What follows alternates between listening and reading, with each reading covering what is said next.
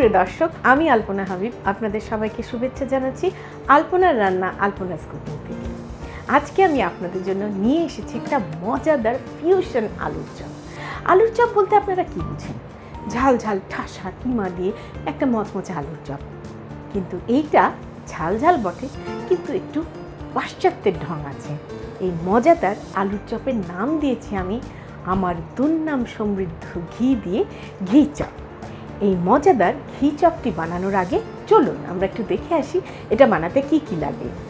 সিদ্ধ করে ছানা আলু 3 কাপ, বিস্কিটের গুঁড়া 3 কাপ, কাঁচামরিচ কুচি 2 টেবিল চামচ, ধনেপাতা কুচি আধা কাপ, পেঁয়াজ কুচি 1 কাপ, পুদিনা পাতার কুঁড়ি সাজানোর জন্য, পেঁয়াজ বেরেস্তা আধা কাপ, ভাজা জিরার গুঁড়া আধা চা চামচ, লবণ আন্দাজ মতো, ভাজা গোলমরিচের গুঁড়া আধা চা চামচ, ঘি আধা কাপ, ডিম ফেটানো 3টি, গুঁড়া দুধ আধা কাপ, ময়দা 2 টেবিল চামচ, মুরগির কুচি 3 কাপ।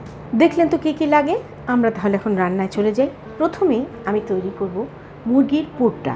আমি এখানে মুরগির রানের মাংস কুচি কুচি করে নিয়েছি। সাধারণত আলুর চপ তৈরি করা হয় কিন্তু কিমা দিয়ে, কিন্তু আমি নিয়েছি মুরগিটাকে কুচি করে, যাতে প্রতি কামড়ে আপনার দাঁতে মুরগির ক্রাঞ্চটা আপনি অনুভব করেন। এবারে আমি এর মধ্যে দেব প্রায় এই 1.5 টেবিল স্পুনের মতন ঘি। প্রথমে 1.5 টেবিল চামচ ঘি দিলাম। এবারে এর মধ্যে আমি দেব 1 চামচের মতো লবণ, তারপরে দিয়ে দেব মুরগির কুচি।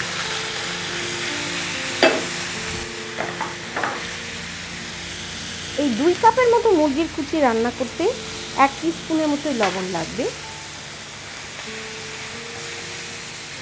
সাধারণত এই ধরনের রান্নায় একেবারে সম্পূর্ণ সুসিদ্ধ করার প্রয়োজন নেই। আপনার মুরগির থেকে যে পরিমাণ পানি বের হবে সেই পানিতেই মুরগি সেদ্ধ হয়ে যাবে।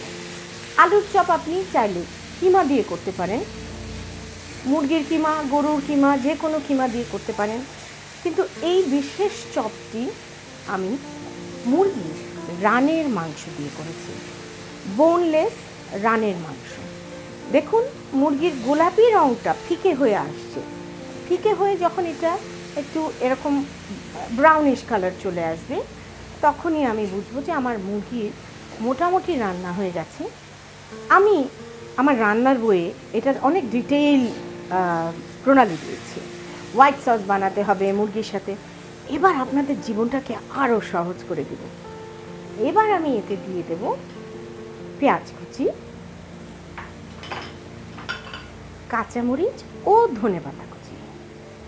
কিন্তু মজার ব্যাপার হচ্ছে এটাকে আমি রিয়েলি কুক করব। মুখের মধ্যে পেঁয়াজটা কচকচ করবে, সেটার একটা আলাদা মাদকতা। মুরগিও হয়ে গেল, পেঁয়াজ এবং কাঁচামরিচ আমি ওভার কুক করলাম না, জাস্ট রিয়েলি কুকড। এবার একটু সরিয়ে রাখি। এবারে আমি যেটা করব, ঘি দিয়ে ময়দাকে ভাজব। এর জন্য আমি প্রায় ওইরকম 1.5 টেবিল চামচ ঘি নিয়ে নিলাম। তার মধ্যে আমি দেব 2 টেবিল স্পুনের মতো ময়দা। ময়দাটাকে ঘিয়ের মধ্যে ভেজে নেব।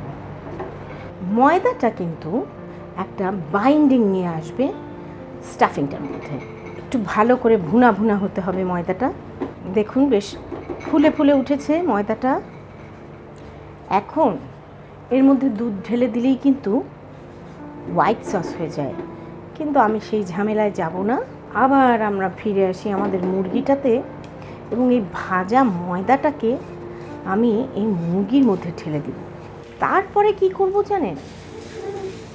এই যে ময়দাটা মিশে বাইন্ডিং হলো, এখন হোয়াইট সস এফেক্টটা কীভাবে আসবে? তেই ঢেলে এটার মধ্যে গুঁড়ো দুধ হয়ে গেল হোয়াইট সস।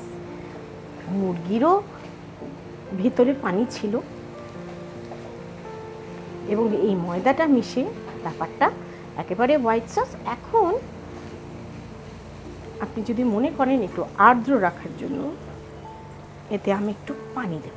একেবারে এক ঢিলে 2 পাখি, হোয়াইট সসও হলো, আবার মুরগির সাথে মিশানো হলো। মজাদার একটা কন্টিনেন্টাল স্মেল তার সাথে আমাদের দেশি কাঁচা পেঁয়াজ, ধনেপাতা এবং কাঁচা মরিচের সুবাস। স্টাফিং রেডি, চুলো বন্ধ। একে আমরা একটু প্লেটে ঢেলে ঠান্ডা হতে দেব। ও ঠান্ডা হতে থাকুক, এই ফাঁকে আমরা চপ বানাবো। এখন আমরা চপটার আলুটাকে তৈরি করব। তার জন্য আমি নিয়েছি সিদ্ধ করে ছেনে নেওয়া আলু। এর মধ্যে আমি দেব আমার দুর্নাম সমৃদ্ধ ঘি। ঘি বলে কথা, ঘি চপ বলে কথা, ঘি তো থাকতেই হবে। তবে পরিমিত, 1/2 টিস্পুন জিরে গুঁড়া আর গোলমরিচ গুঁড়া, পেঁয়াজ বেরেস্তা প্রায় আধা কাপের মতন পেঁয়াজ বেরেস্তা আমি কচলে ভেঙে দিলাম। আর দেব লবণ, 1/2 টিস্পুনের একটু বেশি লবণ দিলাম। এবার এটাকে মেখে নিতে হবে। হয়ে গেল আমাদের আলুটাকে মাখানো। এখন আমরা চপের আন্দাজ ভাগ ভাগ করে আলুটা রাখি। এই চপগুলো না আমি একটু বিশাল সাইজের করি, কারণ আমার স্টাফিংটা একটু মাখা মাখা, তো একটু বড় করলে ভেতরে স্টাফিং ঠেসে দেওয়া যায়। আর তাছাড়া কি মজা হয় জানেন, এই চপটা না খেতে বসে মানুষ প্রথমে অর্ধেক করে, এত বড় চপ আমি খেতে পারবো না। তারপরে কি হয় জানেন, একটু পরে এসে আবার বাকি অর্ধেকটা খুঁজে, কিন্তু ততক্ষণ সেটা আরেকজন নিয়ে নিয়েছে, তখন আবার আরেকটা চপকে অর্ধেক করা হয়। এই চলতে থাকে। আমরা এরকম সাইজের ভাগ করে নিয়েছি। এখন পুর ভরে তারপরে আমরা বিস্কিটের গুঁড়ো দেব। বিস্কিটের গুঁড়া রেডি। প্রথম আমরা পুর ভরি চপ। এইভাবে ভাগ করে নিলে পরে আপনার পুর ভরাটা সহজ হয়। যথাসম্ভব হলো করে একটা গর্ত তৈরি করতে হবে। এবার আপনি যতটা পুর দিতে পারেন, মানে যতটা আপনি মুড়িয়ে নিতে পারবেন মনে করেন, অতটুকু পুর দিলাম। এইবার ঠেসে ঠেসে ভিতর দিকে বাইরে দিয়ে আলুর প্রলেপ দিয়ে মুড়ে দিলাম।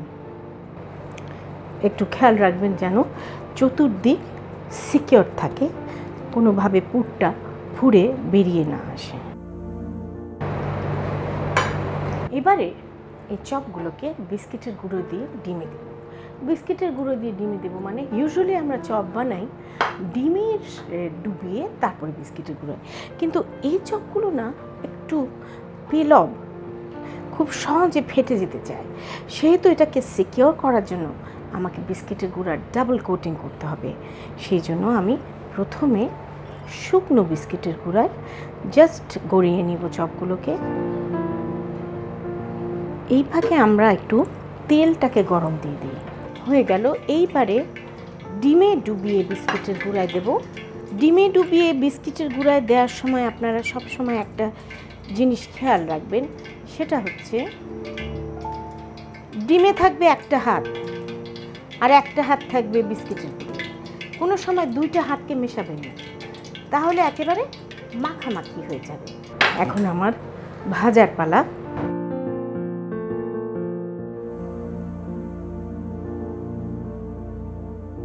খুব সাবধানে ছাড়ার পরে কিছুক্ষণ হতে দিবেন।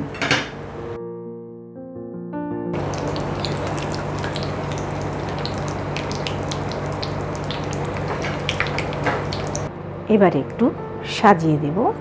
প্রিয় দর্শক, দেখুন তাহলে তৈরি হয়ে গেল আপনাদের জন্য মজাদার গরম গরম ফিউশন ঘি চপ। হ্যাঁ, এই রান্নাটা সত্যি ভীষণ টেম্পটিং, আর খাওয়াটার কথা না হয় বাদই দিলাম, আপনারা অবশ্যই এটা বানিয়ে করে খাবেন। আমার এই রান্নাগুলো যদি আপনাদের ভালো লাগে তাহলে আমার চ্যানেলটা সাবস্ক্রাইব করুন, আর নিচের বেল আইকনটিতে টিপ দেন, তাহলে সাথে সাথে নতুন নতুন অনুষ্ঠানগুলো আপনার হাতের মুঠোয় পেয়ে যাবেন।